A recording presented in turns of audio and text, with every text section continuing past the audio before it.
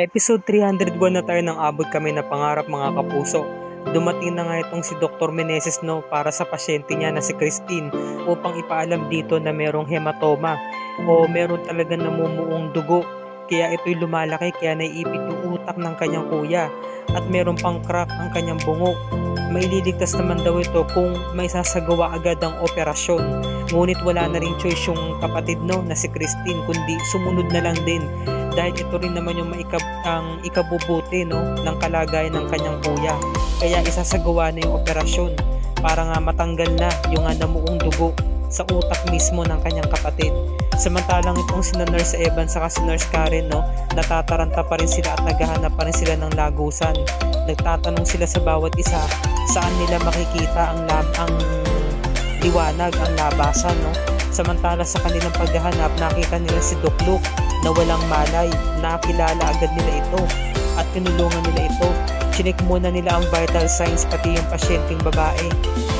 Humihingi sila parehas ngunit wala silang malay at nakita nga ni Nurse Evan na nabagsakan ng kisame yung kalahati ng katawan nito ni Doc Luke at kinakailangan nila magtulong ni Nurse Karen.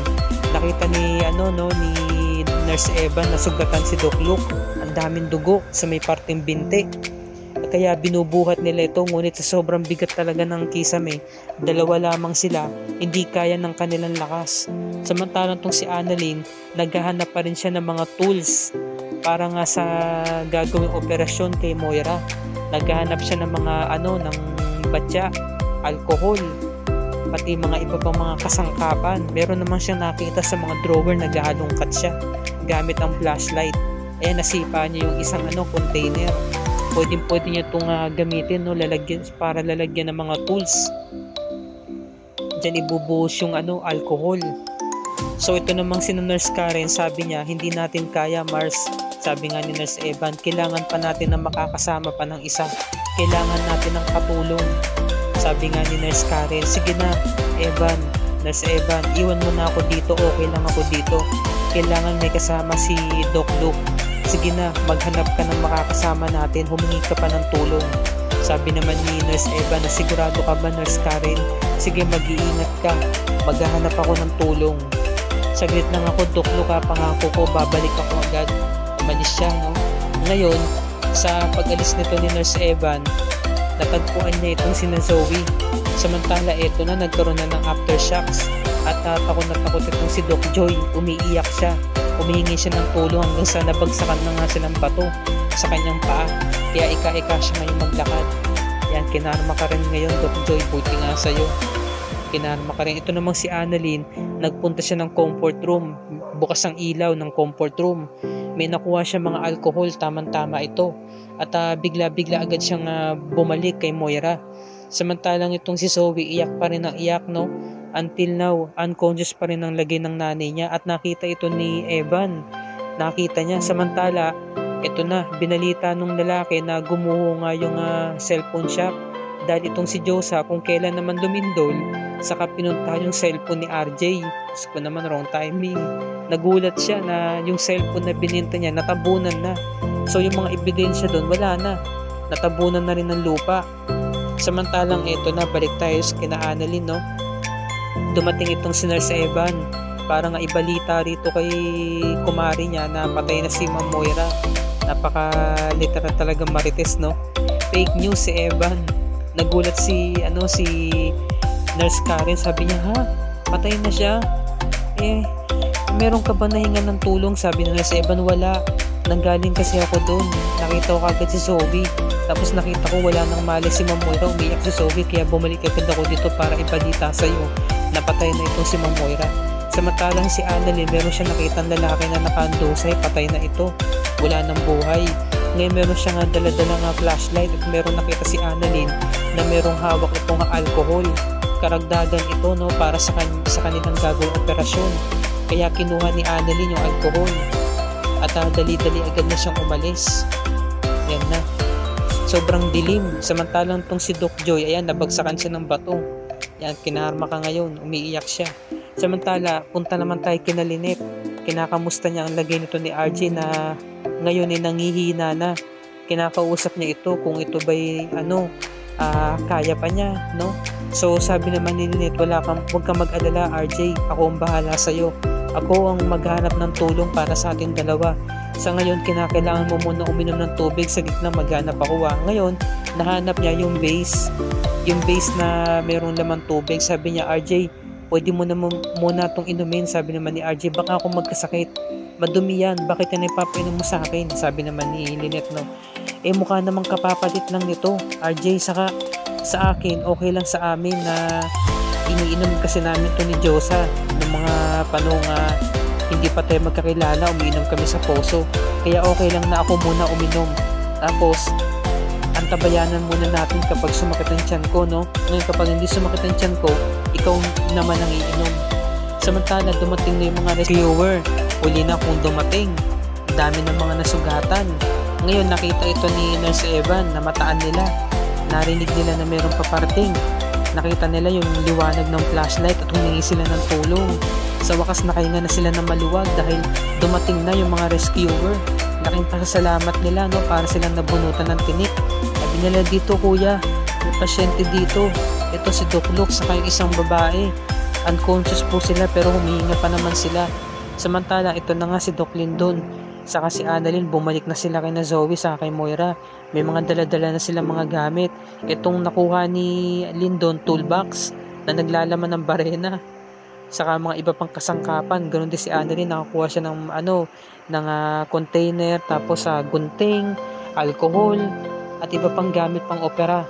Ngayon, no choice kundi barenahin, no? At pinigilan ito ni Zoe kasi nga sabi nga ni Zoe, hindi talaga advisable ang barena panggamit ng opera. So na-enlighten siya ni Lindon. Sabi ni Lindon, pinalakas ang loob niya, sabi niya, lahat tayo nasa emergency na situation. Kinakailangan mo magdesisyon, Zoe, para sa kapakanan ng nanay mo. Wala ba tayong gagawin pero mamamatay siya? O meron tayong gagawin kahit na malagay sa peligro ang buhay niya?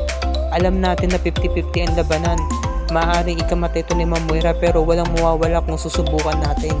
Sinang-ayunan ito ni Annalyn, no? Hinihintay na lamang nila ang sagot at desisyon nito ni Zoe. Kasi si Zoe, mabigat talaga sa kalooban niya bilang isang anak, diba? Na wag na lamang nahayaan itong magpadalos-dalos itong sina Annalyn sa si Doc Lindon. So no choice itong si Zoe kundi pumayag na rin. Kasi may punto talaga si Doc Lindon na enlighten siya sa mga sinabi ni Doc Javier, diba? Na mas maigi na may gawin sila kahit naman ang kahinatnan nito mawalan ng buhay si Moira. Samantala, inaangat na ng mga rescuer itong si Doc Luke kasi nga ang bigat, ang laking tao diba? Inaangat nila at nahihirapan itong maglakad, kailangan niyang isakay sa stretcher. Yan. Tapos yung babae yan, nagkamali na rin, inaangat nila, kailangan nilang isakay ito at bubuhatin nila. Samantalang tong si Doc Joy, humihingi pa rin siya ng tulong, sigaw siya ng sigaw hanggang sa nakalabas na nga siya. Ito namang si Chang Susan, naghihintay sa may likuran ng pinto. At ang buong akala niya si Annalyn na yung nakalabas, yung pala si Doc Joy. Humihingi ito ng tulong dahil hirap nga siya makalakad. Napaka-arte, diba? Naartehan ako dito kay Doc Joy, buti nga siya nakarma ka. Ngayon, nanumbalik kay Chang Susan yung mga panahon na siniraan siya. Sabi niya, lumayo nga kayo dito mga doctors, mag-ingat kayo sa matandang yan, chismosa yan, baka mahanapan kayo ng balita, siraan kayo. Ayan, naalala niyo. So sabi naman ni Chang Susan, sabi mo Doc Joy? Hindi ka nga dito, papatulang kita Sabi, ayan binastos siya, diba? So nanumbalik sa kanya yung inawat ng siya ni Annalyn na wag na sanang patulan pa. Yung mga panahon nasa apex pa sila. Kaya paano niya tutulungan yung taong nagwalang niya sa kanya, diba? Kaya nga may kasabihan, kapag gumawa ka ng mabuti, kabutihan din ang babalik sa'yo. So buti nga sa'yo, Doc Joy, iniwan ka ni Chang Susan. Sabi ni Chang Susan, pasensya ka na, Doc Joy. Mas kailangan ako ng apo ko, kailangan ko si Annalyn, nililigtas ko siya. Kaya hinawak ni Doc Joy yung kamay ni Chang Susan, ngunit talagang binitawan ito ni Chang Susan. Samantalang tong si RJ nanghihina na talaga, nakaupo. Nag-aalala sa kanya si Lynette. Sabi naman ni Lynette, okay ka lang ba RJ? Saglit lang bubunutin ko yung bubog na nakabaon sa tagiliran mo. Sinubukang bunutin ni Lynette, no? Ngunit pinainom niya muna ng tubig si RJ kasi nga nakaramdam siya na hindi naman nananakit ang kanyang tiyan.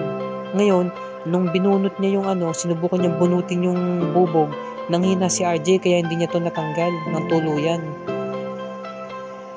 Samantalang to sina Annalyn, sinasagawa na nila, no? Sinisimulan na nila, binubuhusan na nila ng alcohol yung mga kagamitan nila para sa operasyon kay Moira. Ganoon din si Doc Lyndon, kinakasa na yung barena, hinahanda na, nire-ready na. Di baterya naman yata yung barena, may baterya naman yata yung loob. Kaya kahit walang kuryente, nagbukas. Ayan, no. Sinisiguro nila na nasanitize lahat ng mga gamit, pati gunting. Ilang kasi mga available na gamit panggamit sa opera. At si Zoe nag-aalala pa rin. Talagang hindi niya alam kung anong mangyayari, di ba? Matapos ang operasyon, nangangatog pa rin talaga siya at umiiyak siya. Ngayon, nasabi naman ito ni Doc Lyndon, Annalyn, ikaw ang gumawa. Nagulat si Annalyn, ba't nga naman ibinigay sa kanya yung barena? Bakit siya ang gagawa? Di ba? Samantalang si Doc Lyndon ang superior niya. Sa akin naman, tiwala ako kay Annalyn kasi genius to Magagawa niya to. Di ba, nangyari na rin to dati, yung inoperahan niya yung isang matanda, yung kinidnap sila for ransom. So tingin ko magiging successful to. Saka masamang damo si Moira, mga kapuso, mabubuhay pa yan. Bukas araw ng Sabado, 302 episode na tayo, mga kapuso. Ito yung dapat natin pakatutukan. Magiging successful kaya ang operasyon ni na Doc Lyndon sa ni Annalyn pagdating kay Moira? May sasalba kaya nila ang buhay nito? At tuluyan na kaya sana silang makakalabas sa gumuhong gusali? Pati itong si RJ, makakahanap kaya ng tulong itong si Lynette upang mailigtas ang buhay ng dati niyang minamahal. Ito yung mga dapat natin pakatutukan, mga kapuso. Bukas na yan, araw ng Sabado, August 26, 2023. Dito lamang yan sa Abot Kami na Pangarap. At kung bago ka pa lamang sa akin channel, please like this video at i-share mo na rin sa iyong social media platforms. I-hit mo na rin ang subscribe button with notification bell icon para lagi ka updated sa mga episodes ng Abot Kami na Pangarap and other GMA shows tulad nito. Maraming salamat sa inyong panonood, mga kapuso. Happy weekends and happy viewing, everyone. God bless us all.